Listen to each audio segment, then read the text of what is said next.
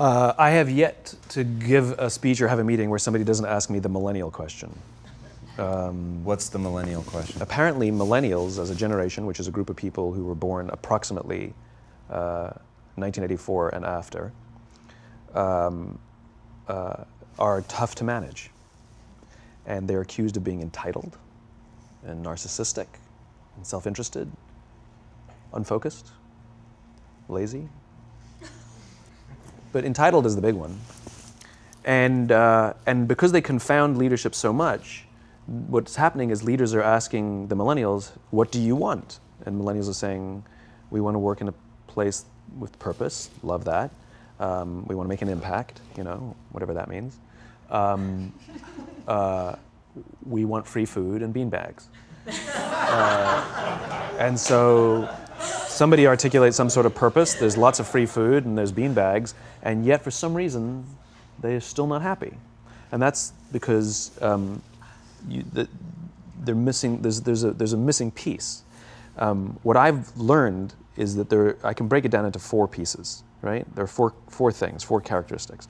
One is parenting, the other one is technology, the third is impatience, and the fourth is environment.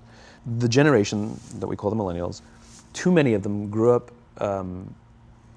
subject to, not my words, failed parenting strategies, where, for example, they were told that they were special all the time. They were told that they could have anything they want in life, just because they want it, right?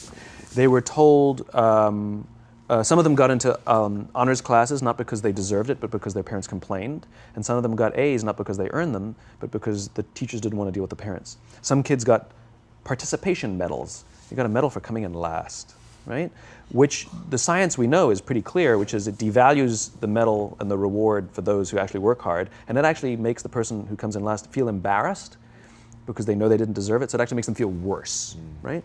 So you take this group of people and they graduate school and they get a job, and they're thrust into the real world, and in an instant, they find out they're not special, their moms can't get them a promotion, that you get nothing for coming in last, and by the way, you can't just have it because you want it, right? And in an instant, their entire self-image is shattered. And so you have an entire generation that's growing up with lower self-esteem than previous generations. The other problem, to compound it, is we're growing up in a Facebook, Instagram world. In other words, we're good at putting filters on things. We're good at showing people that life is amazing even though I'm depressed, right? And so everybody sounds tough, and everybody sounds like they got it all figured out. And the reality is there's very little toughness, and most people don't have it figured out. And so when the more senior people say, well, what should we do? They sound like, this is what you got to do. And they have no clue, right? So you have an entire generation growing up with lower self-esteem than previous generations, right? Through no fault of their own, right? They were dealt a bad hand, right? Now let's add in technology. We know that engagement with social media and our cell phones releases a chemical called dopamine. That's why when you get a text, it feels good, right? So we've all had it where you're feeling a little bit down or feeling a bit lonely, and so you send out 10 texts to 10 friends, hi, hi, hi, hi, hi, because it feels good when you get a response, right? Right? It's why we count the likes. It's why we go back 10 times to see if my Instagram is growing slower, did I do something wrong? Do they not like me anymore, right? The trauma for young kids to be unfriended, right? Because we know when you get a hit of dopamine, which feels good. It's why we like it. It's why we keep going back to it. Dopamine is the exact same chemical that makes us feel good when we smoke, when we drink, and when we gamble. In other words, it's highly, highly addictive. Right? We have age restrictions on smoking, gambling, and alcohol, and we have no age restrictions on social media and cell phones, which is the equivalent of opening up the liquor cabinet and saying to our teenagers, hey, by the way, this adolescence thing, if it gets you down. But that's basically what's happening. That's basically what's happening, right? That's basically what happened. You have an entire generation that has access to an addictive, numbing chemical called dopamine through social media and cell phones as they're going through the high stress of adolescence. Why is this important? Almost every alcoholic discovered alcohol when they were teenagers. When we're very, very young, the only approval we need is the approval of our parents. And as we go through adolescence, we make this transition where we now need the approval of our peers. Very frustrating for our parents, very important for us. It allows us to acculturate outside of our immediate families into the broader tribe, right? It's a highly, highly stressful and anxious period of our lives, and we're supposed to learn to rely on our friends. Some people, quite by accident, discover alcohol and numbing effects of dopamine to help them cope with the stresses and anxieties of adolescence. Unfortunately, that becomes hardwired in their brains, and for the rest of their lives, when they suffer significant stress, they will not turn to a person, they will turn to the bottle. Social stress, financial stress, career stress, that's pretty much the primary reasons why an alcoholic drinks, right? What's happening is because we're allowing unfettered access to these dopamine-producing devices and media, basically it's becoming hardwired, and what we're seeing is as they grow older, too many kids don't know how to form deep, meaningful relationships. Their words, not mine. They will admit that many of their friendships are superficial. They will admit that their friends, that they don't count on their friends, they don't rely on their friends, they have fun with their friends, but they also know that their friends will cancel on them if something better comes along. Deep, meaningful relationships are not there because they never practice the skill set, and worse, they don't have the coping mechanisms to deal with stress. So when significant stress starts to show up in their lives, they're not turning to a person, they're turning to a device, they're turning to social media, they're turning to these things which offer temporary relief. We know, the science is clear, we know that people who spend more time on Facebook suffer higher rates of depression than people who spend less time on Facebook, right? These things balanced. Alcohol is not bad, too much alcohol is bad. Gambling is fun, too much gambling is dangerous, right? There's nothing wrong with social media and cell phones. It's the imbalance, right? If you're sitting at dinner with your friends and you're texting somebody who's not there, that's a problem. That's an addiction. If you're sitting in a meeting with people you're supposed to be listening to and speaking, and you put your phone on the table, face up or face down, I don't care, that sends a subconscious message to the room that you're just not that important to me right now, right? That's what happens. And the fact that you cannot put it away is because you are addicted, right? If you wake up and you check your phone before you say good morning to your girlfriend, boyfriend, or spouse, you have an addiction. And like all addiction, in time, it'll destroy relationships, it'll cost time, and it'll cost money, and it'll make your life worse, right? So you have a generation growing up with lower self-esteem that doesn't have the coping mechanisms to deal with stress, right? Now you add in the sense of impatience, right? They've grown up in a world of instant gratification. You want to buy something, you go on Amazon, it arrives the next day. You want to watch a movie? Log on and watch a movie. You don't check movie times. You want to watch a TV show? Binge. You don't even have to wait week to week to week, right? I know people who skip seasons just so they can binge at the end of the season, right? Instant gratification. You want to go on a date? You don't even have to learn how to be like, hey.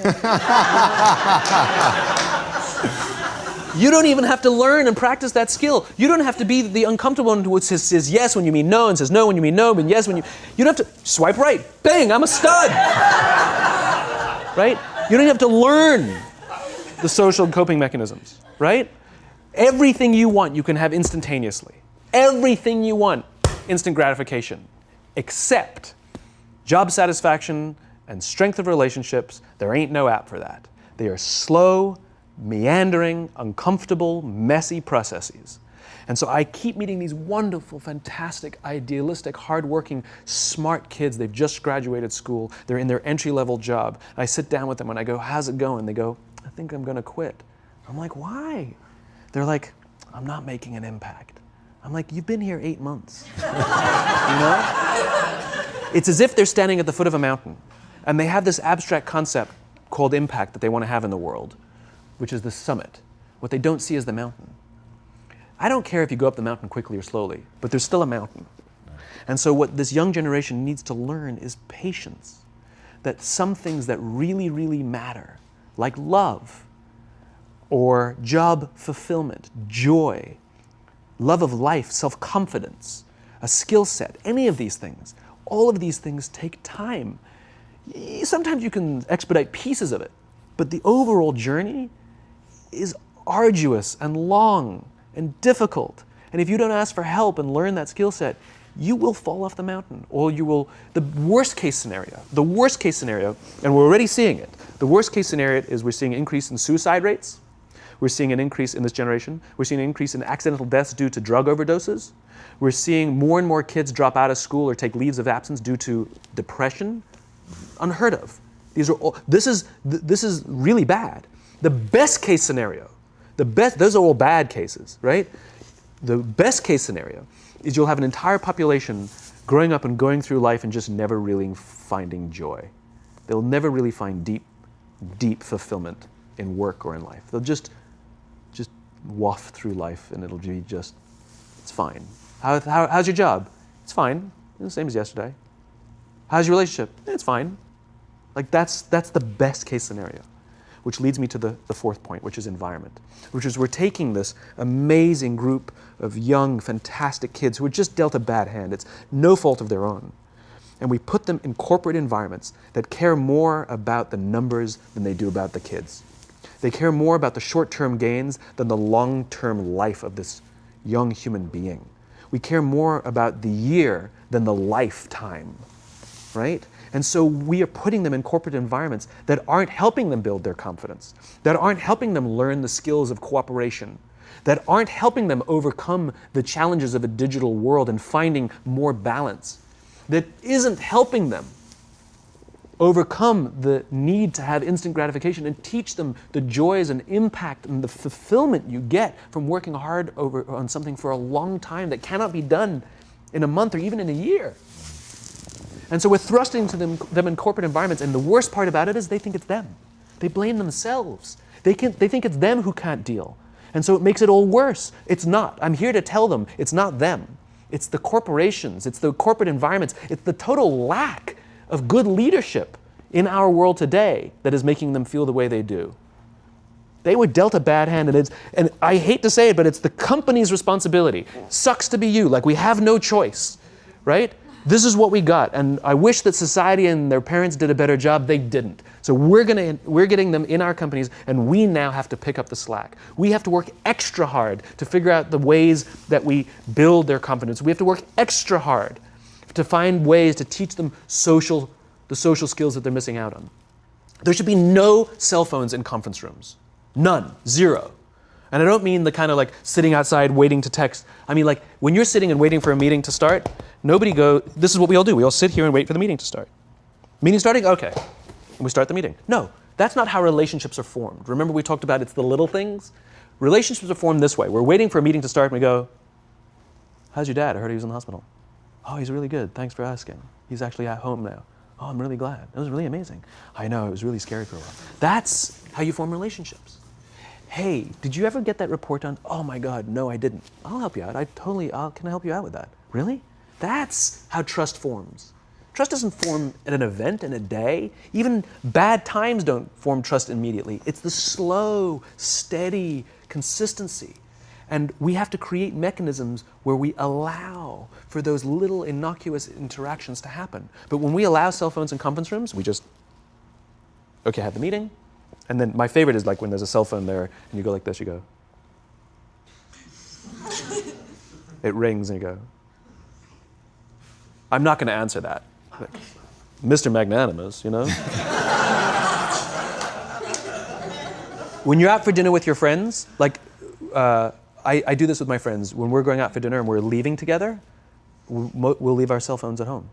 Who are we calling? Maybe one of us will bring a phone in case we need to call an Uber or take a picture of our meal. Goes without saying, come on. I'm an idealist, but I'm not insane. You know? Not a heathen. I mean, it looked really good. We'll take one phone. And so it's like an alcoholic. The reason you take the alcohol out of the house is because we cannot trust our willpower. We're just not strong enough. But when you remove the temptation, it actually makes it a lot easier. And so when you just say, don't check your phone, people literally will go like this. And somebody will go to the bathroom, and what's the first thing we do? The phone. Because I wouldn't want to look around the restaurant for a minute and a half, you know? But if you don't have the phone, you just kind of enjoy the world. And that's where ideas happen. The constant engagement is not where you have innovation and ideas. Ideas happen when our minds wander and we go, and you see something, I bet they could do that. That's called innovation, right? But we're taking away all those little moments, right? You should not, and none of us should charge our phones by our beds. We should be charging our phones in the living rooms, right? Remove the temptation. You wake up in the middle of the night because you can't sleep, you won't check your phone, which makes it worse. But if it's in the living room, it's relaxed, it's fine. But it's my alarm clock. buy an alarm clock. They cost $8, right? I'll buy you an alarm clock, right? But the point is we now, in industry, whether we like it or not, we don't get a choice. We now have a responsibility to make up the shortfall and to help this amazing, idealistic, fantastic generation build their confidence, learn patience, learn the social skills, find a better balance between life and technology. Because, quite frankly, it's the right thing to do. Simon, thank you so much pleasure. for coming on. My pleasure. Thanks for having me. Thank you for coming. That was incredible. Absolutely amazing. Where can they find you? It's ironic, isn't it? Well, you can find me in social media. When you're not in a meeting. So yeah, I'm in all the usual places.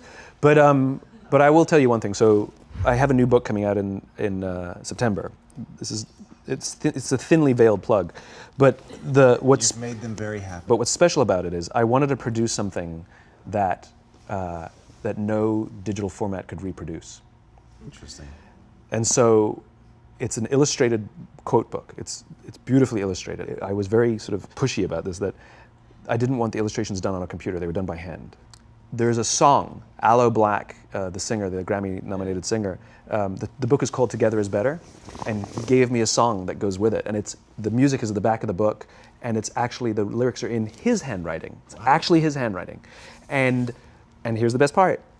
The book is scented. We scented it with a custom scent made by this amazing company called 1229, and they designed for me the scent of optimism. All right. So you smell the pages, and they smell like optimism, right? And the thing that I love about this is I can't do that in any ebook format. I wanted to create something that you had to physically engage with, and it's designed to be given as a gift. The first page says to, from, because I wanted it to be given as a gift to someone you want to say thank you for inspiring you, or to give to someone you wanted to inspire. It was designed to promote this physical interaction and engaging with the real world. So I'm really proud of it. It's incredible, man. Super unique. Yeah, it's fun. I hope it does smashingly well, as your other you. books have, and have given so much to people, and it's just really, really been incredible. And what you shared with us today, man, honestly. Thank you. Absolutely wonderful. Appreciate it. Thank you very much. So much. Truly, thank you for having me.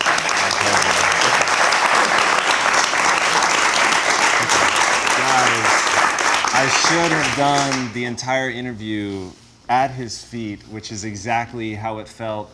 He has an amazing Twitter quote, which I'm going to paraphrase, but leaders are learners, and the people who stop pretending like they know everything and really open themselves up to knowledge are the ones that go farther ahead. Needless to say, it was much shorter than that since it was 140 characters, but that's the idea. And when I encountered Simon for the first time, it was with that enthusiasm of being opened up to learning something new, to changing everything, to build something that is better. Knowing why you're doing what you're doing is so critical, and just the human way in which he approaches the world and the connection, and hearing that today in front of this audience and seeing everybody in rapt attention and talking about putting the cell phones aside and really remembering to connect. I think that is just incredibly, incredibly important. So Simon, thank you again so much for sharing with us. My pleasure. Thank you very much. Really beautiful. Thank you.